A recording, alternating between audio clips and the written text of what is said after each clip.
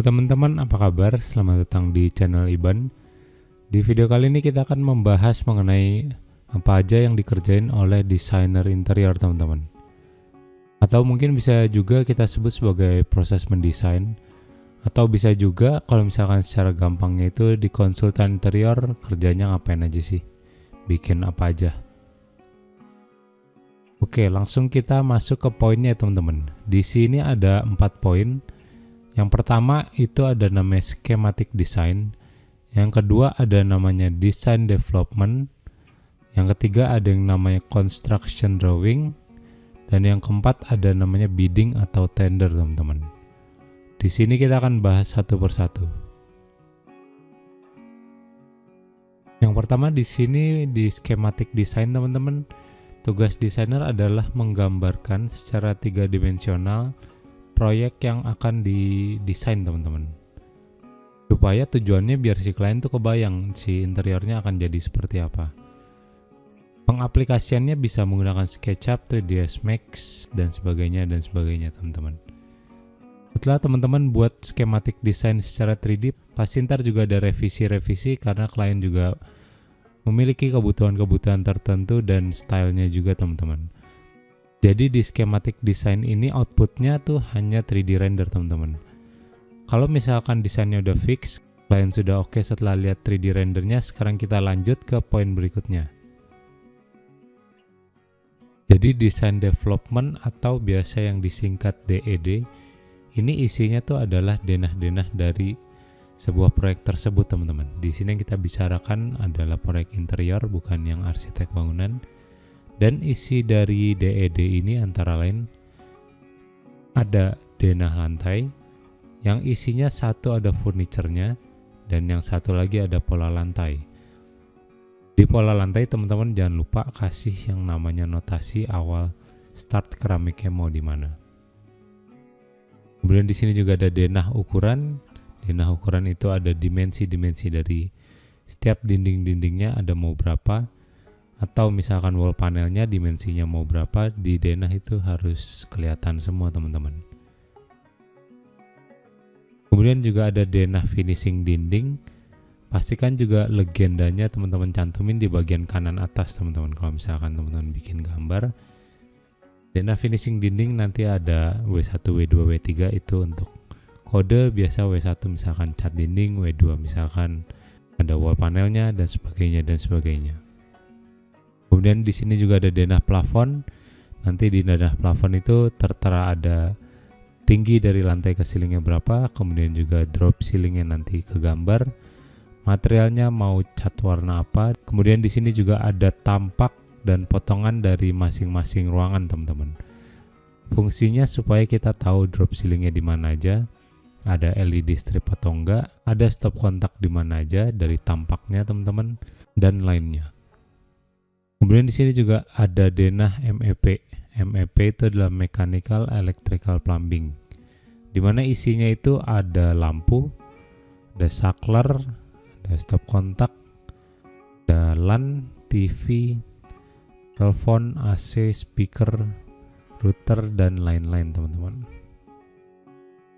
Jangan lupa ukurannya juga teman-teman cantumin apakah dia di as ruangan atau dari pintu misalkan hanya 20 cm, dan tingginya, heightnya teman-teman harus cantumin dari lantai itu tinggi berapa sih stop kontaknya, karena contohnya misalkan stop kontak untuk TV dan juga stop kontak untuk nakas akan berbeda-beda ya teman-teman tingginya.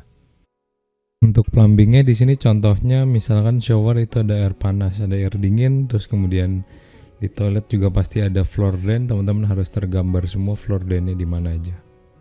Kemudian juga untuk closet itu juga harus teman-teman pastiin closetnya itu, soalnya dia asnya tuh beda-beda teman-teman. As untuk closet tuh ada yang 20 cm, ada yang 55 cm, itu pokoknya untuk plumbing.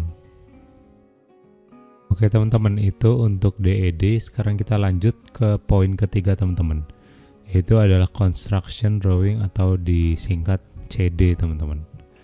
Secara cepat, construction drawing itu gambar-gambar yang berhubungan dengan detail. Contohnya spek material, itu keramiknya mau tipe apa, Roman kah, atau granito, atau Swiss Masahati, dan lain-lain.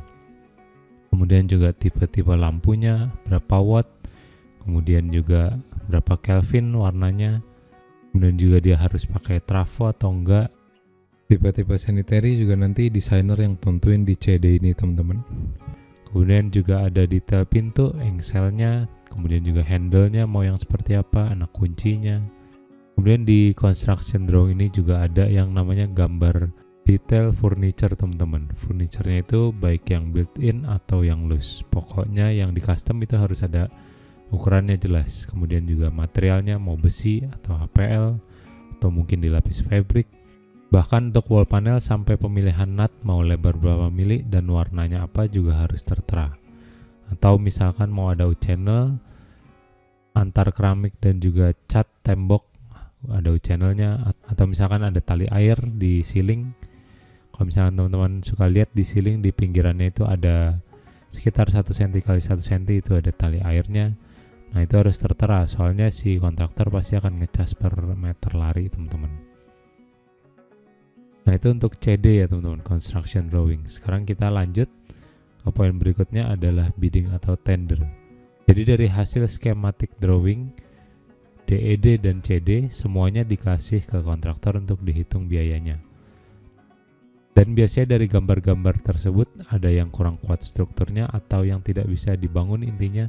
Biasanya kontraktor akan menghubungi ke desainer tersebut apakah masalah atau enggak, misalkan diganti atau dirubah strukturnya. Contoh misalkan plat besi di gambar kerja dikasih tebal 1 cm, karena seharusnya tebal plat besi 1,2 mili aja itu udah tebal teman-teman. Ini dikasih 1 cm, apakah mau dikasih kupingan atau sebenarnya dia cuma salah gambar aja. Pokoknya hal-hal yang begini nanti kontraktor akan selalu berkomunikasi sama desainernya, masalah atau enggak kalau misalkan dirubah struktur. Kalau misalkan dari kontraktor semua gambar udah oke, udah bisa dibangun, konstruksinya udah baik, nanti harga akan keluar, kemudian nanti tinggal klien tentuin mau pakai kontraktor yang mana. Atau kalau misalkan si kontraktornya itu under designer ya nanti tinggal kontraktor yang ngasih harga ke desainer, kemudian desainer di up lagi untuk tambahin margin kantor desainer tersebut teman-teman. Oke, itu aja untuk 4 tahapnya. Kemudian di sini gue juga pengen membahas untuk masalah pembayaran. Pembayaran si desainer teman-teman khususnya. Dari 4 poin di atas ini, biasanya schematic design itu dari klien udah bayar 20%. Kemudian di sini lanjut ke bagian DED. Bayar tahap kedua itu 60%, jadi total 80%. Kemudian yang construction drawing ini 10%. Nah, pertimbangannya seperti ini teman-teman. Kenapa hitungannya seperti ini? Kita ambil kasus saja seperti ini. Setelah klien dapat 3D, setelah bayar 20%, si klien itu nggak bisa langsung kasih ke kontraktor untuk dibangun karena harus ada ukuran-ukuran yang presisi kan teman-teman, sedangkan di 3D itu nggak ada ukurannya. Nah maka dari itu si desainer udah dapat uang 20% dari kontrak awal. Nah setelah itu di tahap DD itu klien harus membayar 60% supaya apa teman-teman? Supaya kalau misalkan si klien tersebut mau langsung dirikan ke kontraktor, jadi si desainer udah dapat duit seenggaknya 80% teman-teman. Kan di DED tadi udah ada denah-denah. Memang sebenarnya dari DED juga udah bisa didirikan teman-teman interiornya. Cuman memang harus beberapa ada yang detail. Tapi kalau misalnya kontraktornya pintar, dia nggak butuh construction drawing. Dia lihat dari denah-denah dan juga 3D nanti ukurannya dia bisa kira-kira sendiri. Itu juga bisa langsung kebangun teman-teman. Maka dari itu ketika misalkan si klien udah bayar 2 tahap ini sebesar 80%, kemudian si kliennya kabur mau langsung ke kontraktor, itu juga nggak masalah karena bayarannya itu udah 80% teman-teman. Nah teman-teman, ini kan masih ada sisa 10%. Nah 10%-nya itu biasanya kalau misalkan konstruksinya udah mulai, dia itu ada namanya supervisi. Nah setelah supervisi paling sekitar seminggu sekali. Udah gitu kalau misalnya memang udah kelar interiornya baru dilunasin 10%. Tapi kalau misalkan teman-teman nggak mau charge untuk bagian supervisi, di bagian construction drawing setelah keluar teman-teman bisa langsung ganti si 10% ini jadi 20% ya teman-teman.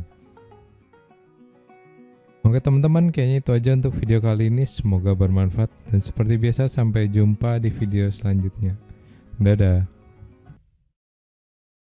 you.